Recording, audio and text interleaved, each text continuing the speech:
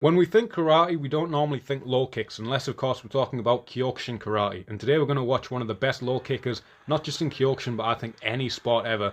And he's fighting, introduced there first, Glaube Feitosa. Glaube Feitosa was a legend. He got the Brazilian kick named after him, which is the question mark kick off that lead leg. He's nearly 2 meters tall, Kyokushin and K1 legend. And on the far side over there, it's Hajime Kazumi, Kyokushin legend, known for low kicking. And we're really going to see this dynamic play out because of the size difference. So, they start up and immediately we're going to see that Brazilian kick, that high question mark kick and a low kick return from Hajime Kazumi there. Partially checked, harder to tell how well they're checked because of the gi pants, but immediately he's back into the low kicks. 2 low kicks, 3 low kicks, 4 low kicks. The first 2 land on the check and then he lands again. But he's that condition he's just going through. He gets knocked off balance there with a straight to the body as he's on one leg low kicking. And that's the thing about a tall person landing a straight to the body. It just travels through so much more and it pushes you off balance. That was an interesting exchange there where a Brazilian kick just missed as Hajime Kazumi was looking to low kick as Feitosa was on one leg. This is a really good strategy, especially in these rule sets, is low kicking someone whilst they're on one leg. They can't brace, they can't take the impact the same. And if someone's that tall, it's going to take ages for that leg to get back to the floor. So, we see here, this is a strategy early on from Feitosa. He's looking to use his size and reach advantage to overwhelm Hajime Kazumi. There, he's looking to curve the knee around the guard. Because the elbows are low and tight, protecting the body a lot more in Kyokushin, that knee to the head has to curve around. And that's what he's looking for. And it's just missing, just by like millimeters. It's really, really close. He's looking to overwhelm Hajime Kazumi. Kazumi's just looking to chop down the tree, hit the low kicks on, especially whilst Feitosa's on one leg. There, the Brazilian kick just misses, really, really close. Using that left leg again as Feitosa, kneeing again. He's just looking for his low kicks and he's hitting any target he can. This is something we see with the square stances. The stances are kind of continually shifting. Is that it's not that traditional hit the low kick on the outside, hit the low kick on the outside. They hit the inside, outside, inside of the back leg, outside of the back leg, whatever target they can hit. And also because there's limited time periods, they're just aggressive, constantly taking whatever target they can hit.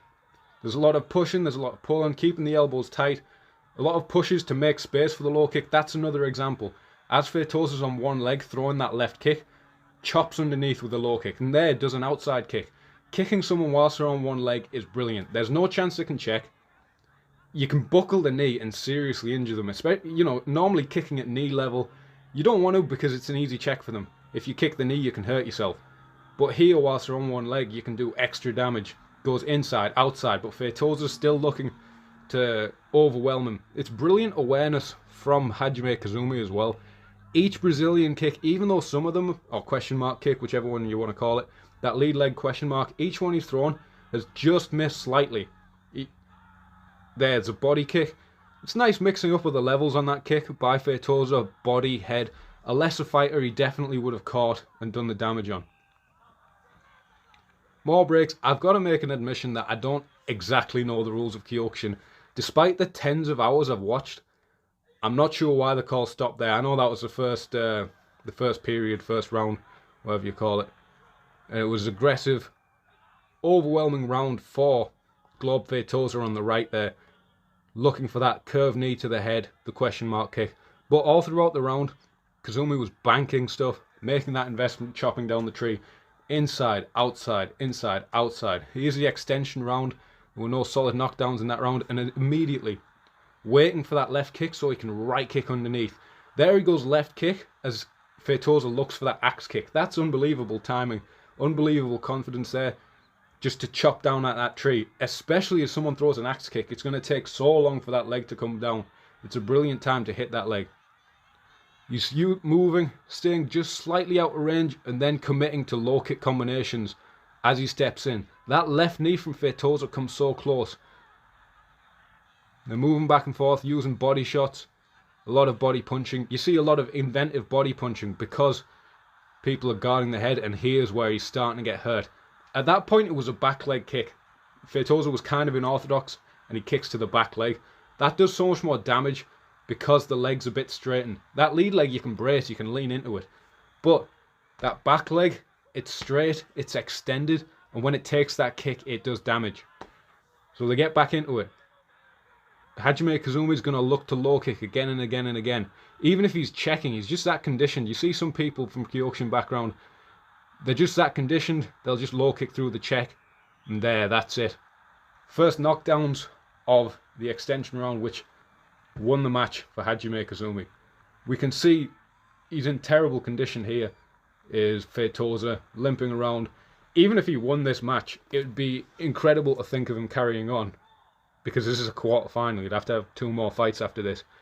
It's incredible the condition of Kyokushin athletes, that they can throw low kicks like that again and again and again.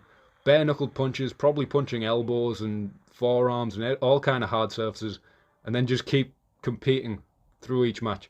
Brilliant match. Watch more Hajime Kazumi. Incredible low kicks inside and outside. We don't see that as much in MMA. You know, a good example I can think of in kickboxing is Rico Verhoeven. He'll do an inside kick to the back leg. Normally the back leg is less conditioned, and the inside of the back leg is going to be even less conditioned than that. So, you know, sometimes it's good to do body and leg spars when you finish your rounds at the gym. Do some body and leg spars, because then it'll just push the inventiveness of these different techniques. Not necessarily that you're going to use it in your standard MMA fight or whatever it is, but it's good to practice them. And it might be the thing, it might be someone just can't check a kick to the back leg. There's a lot of times people are good at checking with the lead leg, but then they just can't check that kick to the back leg. So it's good to practice these different options. And the main thing as well, low kicking someone whilst they're on one leg, especially if they're tall. They throw that leg kick up, they throw that kick up to the head, to the body. If you arm block it or you can time it, it's going to take so long for that leg to hit back to the floor. And whilst they're on one leg, they cannot check. And it's going to do double the damage, especially if you're hitting at the knee, can buckle them really easy. If you hit lower at the calf, probably sweep them, like when he did that axe kick. But yeah, there's a lot you can take away from this. I love watching Kyokushin karate. There's absolutely loads of techniques. The rule sets forces creativity. So go and watch more Kyokushin and play some Tekken 4.